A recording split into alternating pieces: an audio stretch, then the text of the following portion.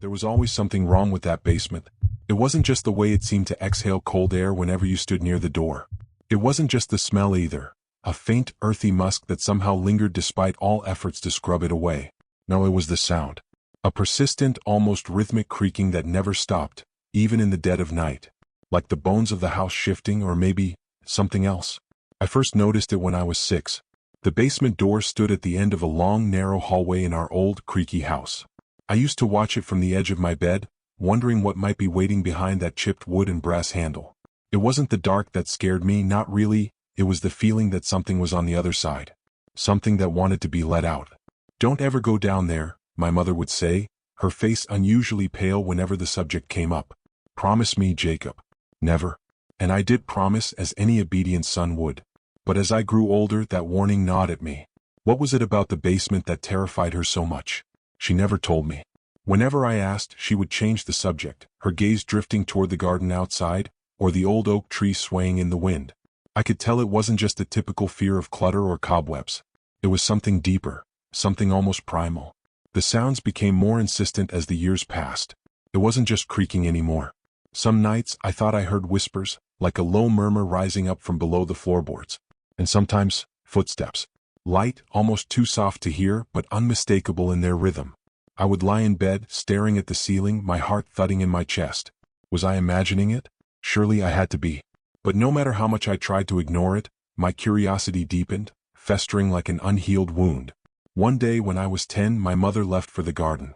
The air was heavy, the sky thick with clouds that promised rain. She wouldn't be gone long, I knew that.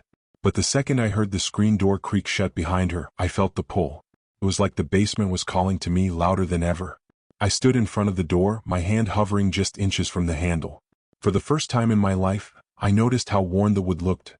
Scratches ran along its surface like something had tried to claw its way out. My fingers trembled, and I could hear my mother's voice in my head, stern and sharp. "Don't ever go down there." But she wasn't here. And I was older now. It was just a basement, wasn't it? I grasped the cold brass handle and twisted. The door groaned open, revealing the steep, shadowy stairs descending into blackness. I couldn't see the bottom.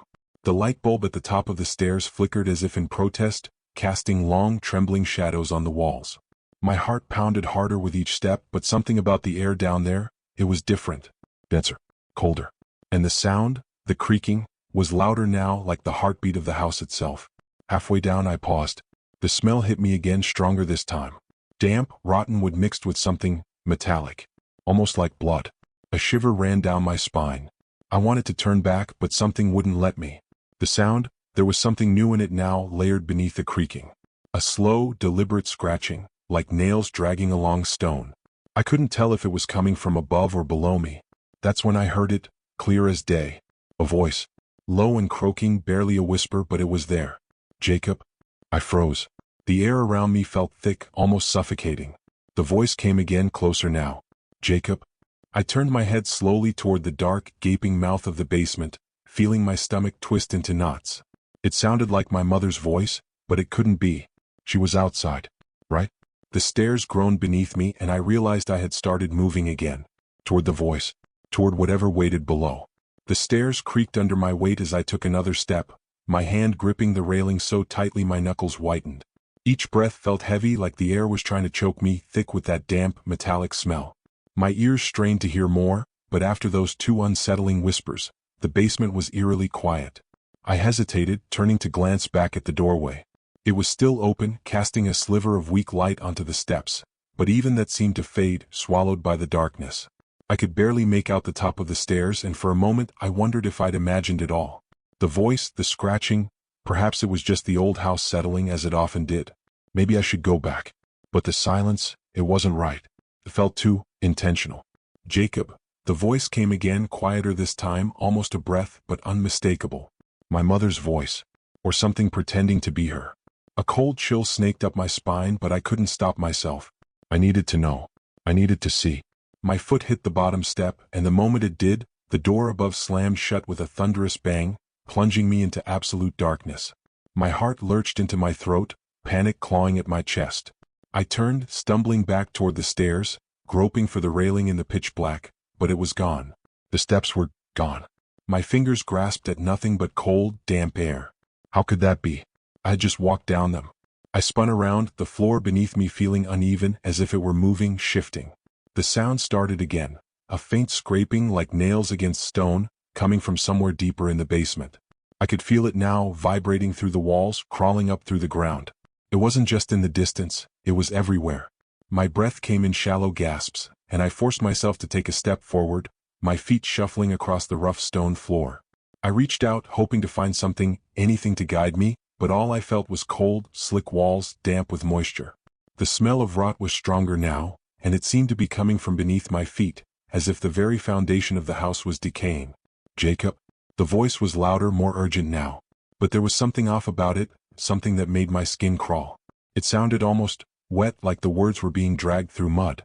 My legs trembled, but I kept moving, inching forward through the dark, the floor shifting under me like the house itself was alive. Then I felt it, a light, icy touch on my arm. My breath hitched and I jerked away, my heart slamming against my ribs. My hand shot out instinctively, but there was nothing. No one. Just that suffocating blackness, closing in from all sides. Something brushed past me so close I could feel the air shift. I stumbled back, my head spinning, and that's when I heard it, a soft, wet laugh. A laugh that wasn't human. I pressed my back against the wall, trying to steady myself, but the floor was shifting, tilting under me. My feet slid, and before I could react, I was falling. The ground gave way beneath me, a cold rush of air swallowing me whole as I plummeted into the darkness. The laugh echoed in my ears, twisting into something monstrous, something gleeful. And then silence. I hit the ground hard, the wind knocked from my lungs. For a moment, I just lay there, gasping for air, trying to comprehend what had just happened. The ground here was colder, smoother, like polished stone. I pushed myself up, my limbs trembling, and that's when I saw it, a faint, flickering light up ahead. It wasn't bright, just a weak glow, like the flame of a dying candle. But in this suffocating darkness, it was the only thing I had. I stumbled toward it, desperate for any sign of normalcy, my breath coming in ragged gasps. As I drew closer, the light revealed more of the space around me. The basement wasn't just a basement anymore. The walls were no longer the damp, crumbling stone I had known growing up. They were smooth, slick, and pulsated faintly as though they were breathing. The smell was worse down here, unbearable now, like rotting meat and stagnant water. The light flickered again, casting long shadows that danced unnaturally along the floor, and that's when I saw them. Footprints. Wet, bare footprints leading away from me, disappearing into the dark. They weren't mine. A sound came from the shadows ahead, low and guttural. I wasn't alone down here. And whatever else was with me, it was moving closer. I stood frozen, staring at the wet footprints leading away into the inky blackness. My breath was shallow, my heart pounding so loudly it echoed in my ears. I couldn't move. My legs felt glued to the cold stone beneath me, and the darkness seemed to press down, tighter with each second. "Get out," my mind screamed. "Go back now." But there was no going back. Not anymore. A sudden, sharp creak shattered the silence, like a heavy door slowly groaning open. I flinched, whipping my head around. The dim light flickered, weaker now, its glow barely enough to hold back the suffocating dark. My eyes darted to the footprints again. They were still wet, fresh, as if whatever made them had just passed by. Then the low growl returned. It wasn't far. My pulse raced, and I instinctively stepped backward, my hand searching blindly for the wall. The cold, wet stone was gone. My fingers sank into something soft and yielding, something that pulsed faintly under my touch, like flesh. I yanked my hand back, biting back a scream. "What is this place?" The ground shifted beneath me again, like something deep below was stirring, and before I could react, a cold, clammy hand shot out from the darkness and wrapped around my wrist. The grip was impossibly strong, its fingers long and bony, digging into my skin like ice-cold iron. I gasped, my body jerking in shock. I couldn't see it, whatever had grabbed me. The light was almost gone, flickering weakly like it was suffocating in the same dark that surrounded me. But I could feel it. Its breath, cold and wet, brushed against my neck. And the smell, that horrible smell of rot, of something long dead. It whispered again, the voice no longer resembling my mother's. "Jacob, come closer." The grip tightened, yanking me forward, pulling me deeper into the blackness. I struggled, my legs kicking uselessly against the slick ground, my free hand clawing at the stone, desperate for anything to hold onto. But it was useless. The force pulling me was stronger than I could fight, dragging me into the abyss. I opened my mouth to scream, but the darkness swallowed my voice, drowning it in the thick, wet air. The last thing I saw was that faint, dying light flickering once more before it snuffed out completely, leaving me in absolute, suffocating black. Then there was nothing but silence. My mother returned home an hour later, her boots muddy from the garden, her hands filled with fresh-picked herbs. She hummed softly to herself, the sky growing darker as the storm clouds gathered overhead. As she stepped inside, the first fat raindrops began to fall, pattering against the windows. "Jacob," she called, her voice light, expecting the usual rustle of footsteps running to greet her. But the house was still. Too still. She frowned, setting the basket down on the counter. "Jacob," she called again, her voice louder now, tinged with worry. There was no answer. She moved through the house, checking the kitchen, the living room. Every corner felt colder than usual, as if something had drained the warmth from the air. Her brow furrowed as she made her way to the hallway, the long narrow corridor leading to the basement door. Her stomach sank when she saw it. The basement door, slightly ajar, a cold draft spilling out from the darkness beyond. "No," she whispered, rushing forward, her hand trembling as she pushed the door open. The light at the top of the stairs flickered weakly, casting long eerie shadows along the steps. She called his name again, louder this time, panic rising in her chest. But there was nothing. No sound. No movement. Just the cold, empty basement.